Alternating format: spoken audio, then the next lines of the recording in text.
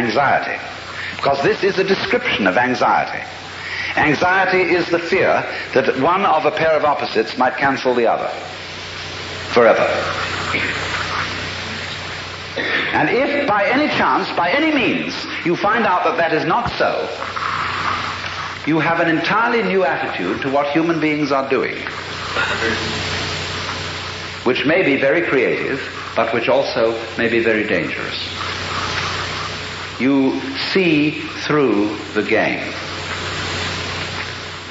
called white must win, because you know that neither black nor white are going to win, because they belong to each other.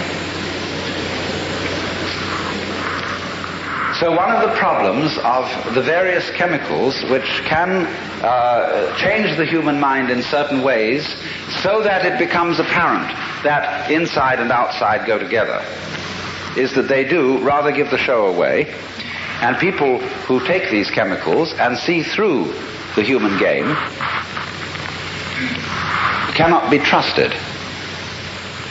They may decide to be good sports and go back into the game and play it as if it were for real, or they may not. And if they don't, what's going to happen? Wowee, that's pretty serious.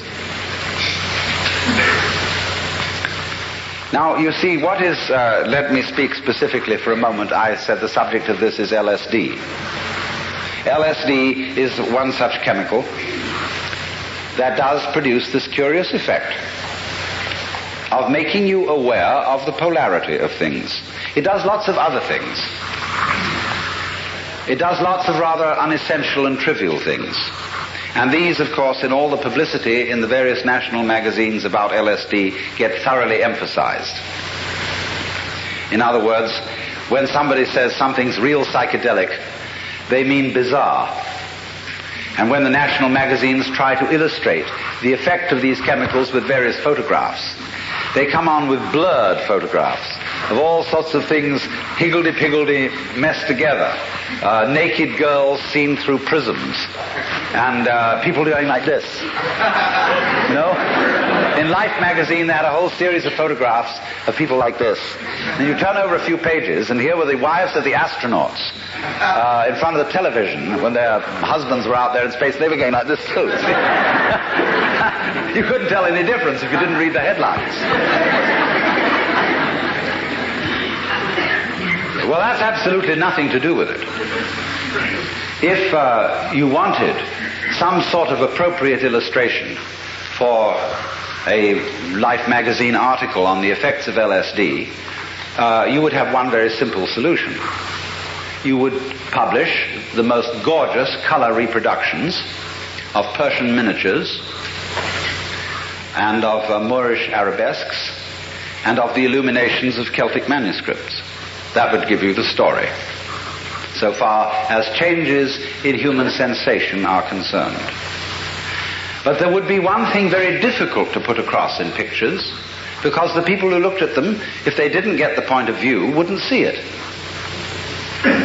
And that is what I will call the sensation, as well as the intellectual understanding, of polarity. That is to say, that the inside and the outside, the subjective and the objective, the self and the other, go together. In other words, there is a harmony, an unbreakable harmony. When I'm using the word harmony, I don't necessarily mean something sweet. I mean absolute concordant relationship between what goes on inside your skin and what goes on outside your skin. It isn't that what goes on outside is so powerful that it pushes around and controls what goes on inside. Equally so, it isn't that what goes on inside is so strong that it often succeeds in pushing around what goes on outside. It is very simply that the two processes, the two behaviors, are one. What you do is what the universe does. And what the universe does is also what you do. . Not you in the sense of your superficial ego, which is a very small, little tiny area of your conscious sensitivity, but you in the sense of your total psychophysical organism, conscious as well as unconscious. This is not something that arrived in the world from somewhere else altogether, that confronts an alien reality. What you are is the universe, in fact, the works, what there is, and always has been, and always will be forever and ever, performing an act called John Doe. And this is such a subversion of common sense, but is in fact, matter of fact, something, if you stop to think about it, that is completely obvious. Only everything conspires to prevent you from seeing that obvious thing. Because when you were babies, practically, all your parents and your teachers and your aunts and uncles and your older brothers and sisters got together and they told you who you were.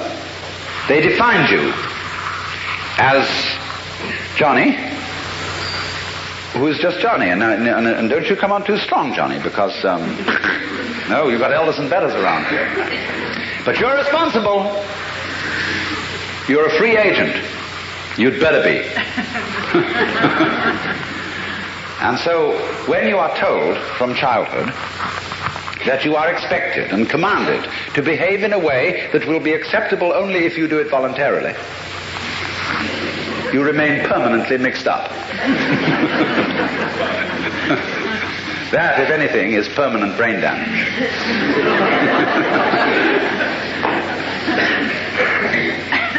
But that's the idea, you see, because that's the game we're playing. You started it. I didn't. See? That's the game we're playing. And we can make all kinds of complexities out of that, and really, in a way, have enormous fun. But once anybody sees through that, well, we're frightened. Once you get this sense of polarity, of your inside being the same process as your outside, and your ego being one and the same process as the whole universe going on, then we are afraid that people may say, well, good equals bad, and we can do anything we like, and we needn't in any way be further subject to the ordinary rules of human conduct, and we can wear what clothes we like or no clothes at all. We can have what sexual life we like. We can do anything. And we are going to generally, because the world is being rather oppressive towards us, challenge the whole thing and run amok. And a lot of people are doing just exactly that. So I want to introduce into this whole problem some ancient wisdom. I have really two things to talk about. How cultures, which always did know in some way, or among whom a large number of people always did know this secret, handled it. And then I want to make some observations about how we're trying to handle it and how it's not going to work.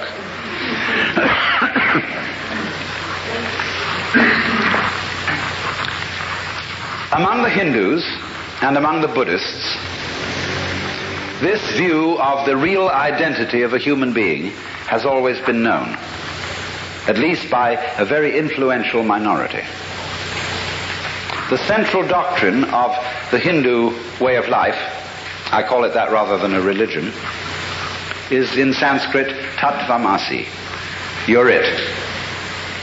To put it in a kind of colloquial way. You're it. And it is the which than which there is no whicher, which they call the Brahman, or the Atman with a capital A, meaning the self. You are only just kidding that you're just poor little me.